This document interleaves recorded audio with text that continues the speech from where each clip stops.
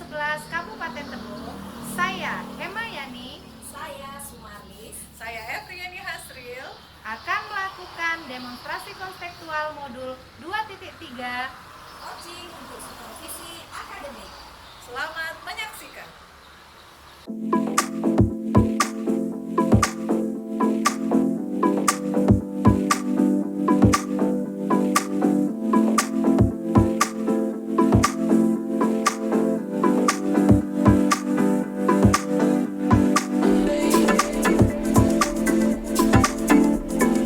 Assalamualaikum Bu Efri, bagaimana kabarnya? Waalaikumsalam warahmatullahi wabarakatuh. Alhamdulillah baik Ibu.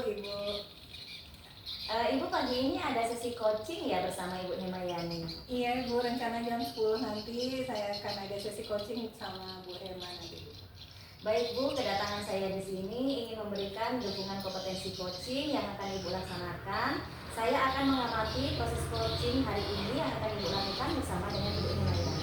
Apakah Ibu sudah siap untuk melaksanakan kegiatan coaching hari ini? Ya Bu, alhamdulillah saya sudah siap dan saya ucapkan terima kasih juga pada Ibu karena bersedia menjadi pengamat sesi coaching saya nantinya. Sebelum melaksanakan coaching, ada beberapa hal yang ingin saya sampaikan ya Bu. Hal yang pertama adalah saya akan menjelaskan tentang rubrik penilaian. Apakah Ibu dalam melaksanakan sesi coaching nanti menggunakan alur Tirta atau tidak? Seperti kita ketahui bersama, alur Tirta itu adalah terdiri dari tujuan, identifikasi masalah, rencana aksi, dan tanggung jawab. Selanjutnya saya juga akan mengamati apakah Ibu melakukan coaching menggunakan prinsip-prinsip coaching, yaitu membantu kemitraan dengan coaching, menggali potensi coaching dengan proses yang kreatif untuk mengembangkan potensinya. Selanjutnya kompetensi inti coaching yaitu kehadiran penuh, kemudian mendengarkan secara aktif, dan yang ketiga mengajukan pertanyaan yang berbobot. Ketika Ibu memberikan pertanyaan yang berbobot, Ibu harus menggunakan teknik rasa, yaitu receive, ask, summarize, dan appreciate. Receive maksudnya bisa menerima pernyataan-pernyataan dari coaching, selanjutnya ask bisa memberikan pertanyaan terbuka, summarize bisa merangkum pernyataan maupun permasalahan dari coaching, dan juga appreciate bisa memberikan apresiasi kepada coaching. Apakah Ibu sudah jelas dengan rubrik penilaiannya Ibu? Iya Ibu, alhamdulillah saya cukup jelas. Nanti pada saat melakukan coaching saya akan melakukan sesuai dengan alur Tirta. Kemudian juga akan menerapkan prinsip-prinsip dan kompetensi inti coaching. Jadi saya rasa saya sudah cukup jelas mengenai rubrik penilaian yang Ibu sampaikan.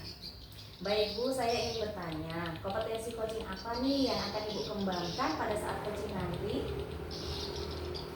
Pada saat coaching nanti saya ingin mengembangkan 3 kompetensi coaching, yaitu kehadiran penuh, kemudian mendengarkan aktif, dan memberikan pertanyaan yang berbobot. Bagian mana yang secara spesifik yang akan Ibu lakukan dalam kegiatan observasi nanti Bu? Dalam kegiatan observasi nanti bagian yang paling spesifik yaitu mendengarkan dengan aktif dan mengajukan pertanyaan yang berbobot. Baik Bu, berarti fokus yang saya observasi adalah bagian mendengarkan dengan aktif dan mengajukan pertanyaan berbobot ya Bu? Iya betul. Kemudian indikator seperti apa nih yang Ibu inginkan pada sesi coaching nanti? Saya ingin lebih banyak mendengar daripada berbicara dan bebas dari memberi judgement, asumsi ataupun asosiasi, dan saya bisa mengajukan pertanyaan-pertanyaan yang terbuka yang berasal dari mendengar. Baik Bu, demikian kegiatan praobservasi kita pada kali ini. Terima kasih sudah menjabarkan dengan begitu rinci kompetensi yang ingin Ibu capai dan yang ingin saya observasi. Selanjutnya silakan Ibu laksanakan kegiatan coaching dengan Ibu Hemayani. Setelah itu baru kita bertemu lagi ya Bu setelah kegiatan coaching nanti. Baik Ibu, terima kasih sudah bersedia memberikan pengarahan kepada saya sebelum saya melakukan sesi coaching. Ya Bu, sampai ketemu nanti setelah coaching.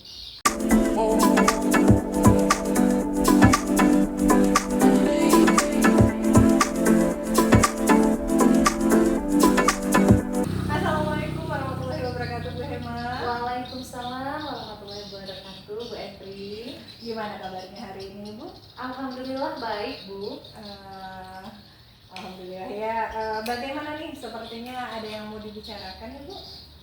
Iya, Bu. Ada hal yang menjadi PR di hati saya nih. Oke. Kalau gitu apa nih yang Ibu harapkan dari percakapan kita hari ini? Saya ingin membicarakan perihal kendala yang saya hadapi di kelas saat saya melaksanakan proses pembelajaran. Ini berkaitan motivasi belajar peserta didik.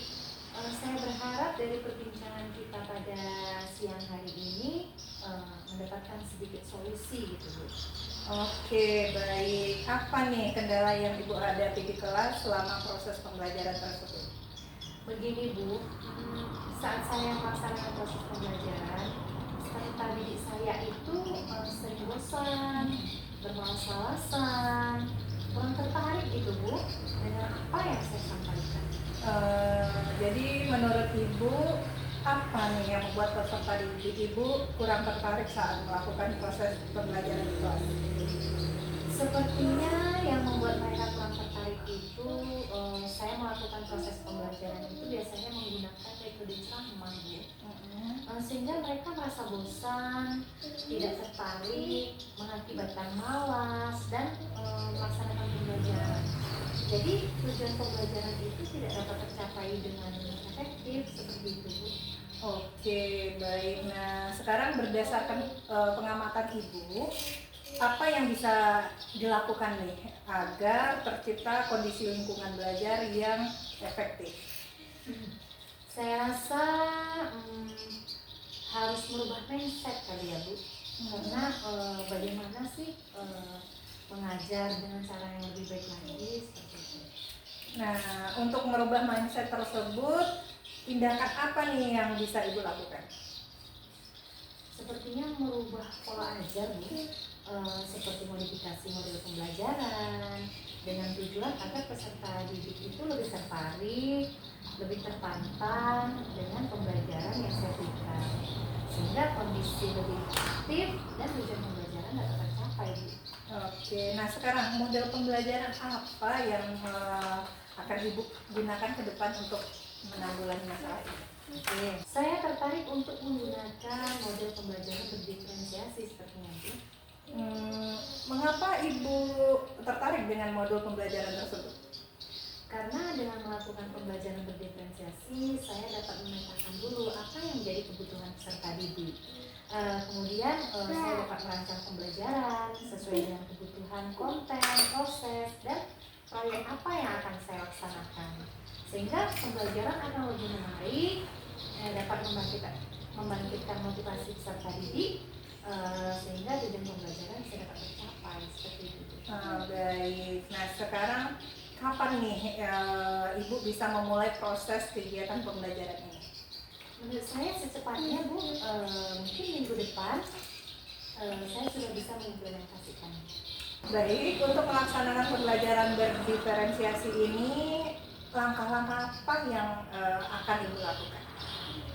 Sebelum saya melaksanakan proses pembelajaran, saya akan melaksanakan proses perencanaan terlebih dahulu. Setelah itu baru saya menentukan tujuan pembelajaran dan merancang asesmen apa yang akan digunakan di kelas.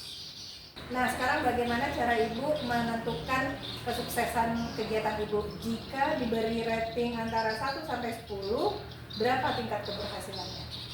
Menurut saya bisa mencapai rating 8, Bu, untuk meningkatkan tingkat keberhasilannya.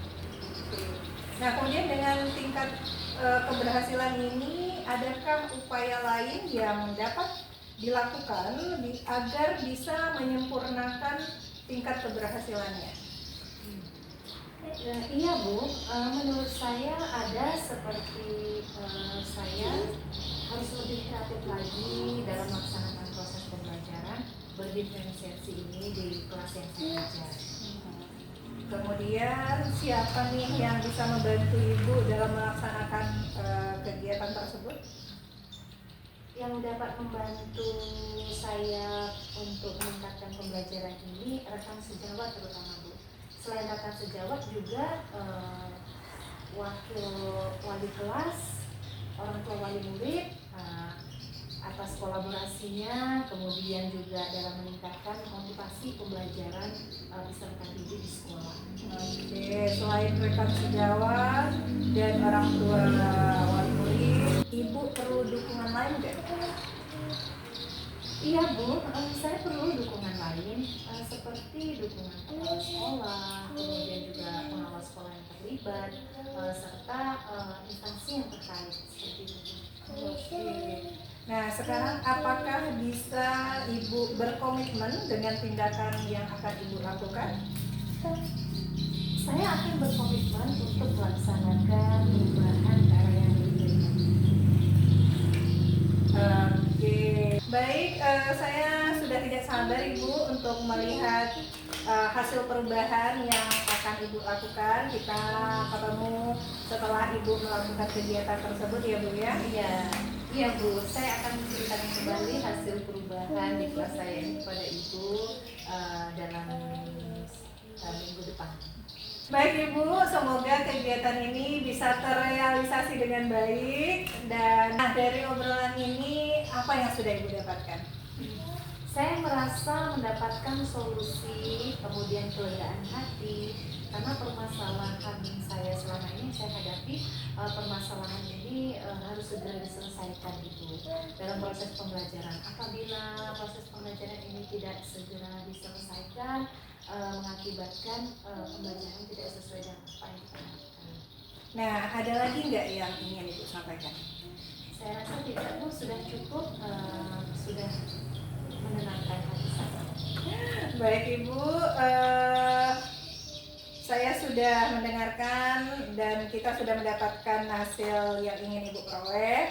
Saya tunggu hasilnya minggu depan ya Bu ya. Oke Bu, terima kasih Ibu sudah mendengarkan keluhan hati saya atau curhatan saya ya Bu. Semoga kegiatan yang kita lakukan ini dapat memberikan dampak positif bagi diri kita maupun orang lain, dan sampai jumpa kembali.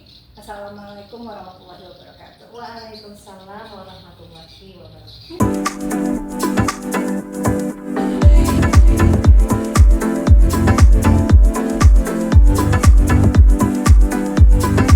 Wah, alhamdulillah ya Bu, proses coaching sudah selesai dan berjalan lancar. Bagaimana perasaan Ibu nih setelah melakukan coaching? Saya senang dan saya rasa kompetensi yang saya harapkan sudah tercapai, dan saya bisa bercerita dengan coach sehingga permasalahan yang dihadapi oleh coach bisa tersampaikan dengan baik. Baik. Pada saat coaching tadi, jika kita merujuk pada indikator pencapaian dari perkembangan yang Ibu harapkan pada kompetensi coaching, apa saja yang sudah Ibu lakukan pada proses coaching tadi ya Bu? Saya rasa saya sudah bisa fokus terhadap coaching, yaitu mendengarkan dengan aktif dan mengajukan pertanyaan-pertanyaan yang sesuai dengan alur Tirta. Baik Bu, berarti sudah tercapai ya indikator dan pengembangan tujuan yang ingin Ibu capai. Iya Ibu. Izinkan saya menyampaikan hasil pengamatan saya ya Bu. Iya Bu, silakan. Menurut saya, percakapan coaching yang Ibu laksanakan tadi sudah berjalan dengan baik, di mana Ibu sudah melakukan percakapan coaching sesuai dengan alur Tirta. Ibu juga sudah menanyakan tujuan kepada coach dalam sesi coaching, mengarahkan beliau untuk mengidentifikasi permasalahannya, merencanakan aksi dan menyelesaikan permasalahannya, dan juga Ibu sudah memancing beliau untuk berkomitmen dan bertanggung jawab dalam merencanakan rencana aksinya. Juga sudah menerapkan prinsip-prinsip dalam coaching. Saya lihat Ibu fokus dengan coaching Ibu dan sudah melakukan kehadiran penuh, dan Ibu sudah mendengarkan aktif serta mengajukan pertanyaan-pertanyaan berbobot seperti yang Ibu sampaikan pada saat coaching tadi. Itulah fokus kompetensi yang saya nilai tadi Bu. Iya Ibu. Menurut saya, Ibu sudah sangat baik dalam melakukan kegiatan coaching tadi. Kemudian Ibu sudah mampu mencapai sesuai dengan yang diharapkan pada saat pra-observasi tadi. Kompetensinya menurut saya sudah tercapai. Terima kasih Ibu, saya sangat senang dengan umpan balik yang Ibu sampaikan. Baik Bu, kompetensi apa lagi yang ingin Ibu kembangkan? Kedepannya saya akan terus melakukan latihan-latihan untuk memberikan pertanyaan-pertanyaan yang efektif, sehingga kedepannya saya dapat bercerita lebih banyak lagi dengan coach, dan coach bisa menyampaikan apa saja yang ada dalam permasalahannya. Baiklah Bu, semoga kompetensi tersebut dapat Ibu kembangkan sesuai dengan harapan Ibu. Amin. Baik Bu, saya akan berlatih lagi. Iya. Baiklah Ibu Evliani, sampai di sini perjumpaan kita pada hari ini. Semoga membawa manfaat bagi kita semua. Saya pamit dulu ya Bu. Assalamualaikum. Waalaikumsalam warahmatullahi wabarakatuh.